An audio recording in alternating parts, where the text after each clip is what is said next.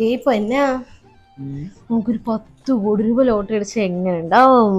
10 കോടി രൂപ അടിക്കില്ലടി. അടിച്ചോന്ന് തന്നെ വിചാരിക്കേ. ഡേ എനിക്ക് സ്വർണ്ണമൊക്കെ എടുത്തു തരുവാടാ. അടിച്ചാ എനിക്കൊരു 100 പവൻ സ്വർണ്ണം എടുത്തരാട്ടാ. എന്നാ പിന്നെ 10 കോടി രൂപ അടിച്ചാൽ എനിക്ക് 100 പവൻ എടുത്തു തരുള്ളൂ. ഞാൻ ഒരു 200 എടുക്കാം. എനിക്ക് വേണ്ട, എനിക്ക് 2 കോടി, എനിക്ക് 2 കോടി.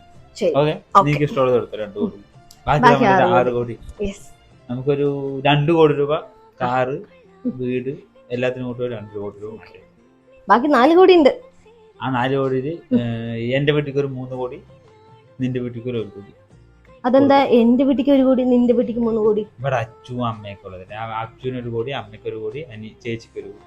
എന്റെ വീട്ടില് 2 അനിയത്തി അമ്മയൊക്കെ ഉണ്ടല്ലോ. അപ്പൊ എന്റെ വീട്ടില് 3 കോടി എടുക്കായിരുന്നില്ലേ? ഓഹോ, പൈസ കിട്ടുന്നതിന് മുമ്പേ നീ നിന്റെ വീട്ടില് 3 കോടി, എന്റെ വീട്ടിൽ 1 കോടി കൊടുക്കുള്ളൂ. അവനെ ഇനി ഞാൻ വരില്ലടാ. എന്റെ വീട്ടില് 2 കോടി കൊണ്ടുവന്നിട്ട് ഞാൻ വരുള്ളൂ. 2 കോടി വീട്ടിൽ കൊണ്ട് വെക്കും, ഇല്ലെങ്കിൽ ഞാൻ ഈ വീട്ടിൽ കയറ്റണം.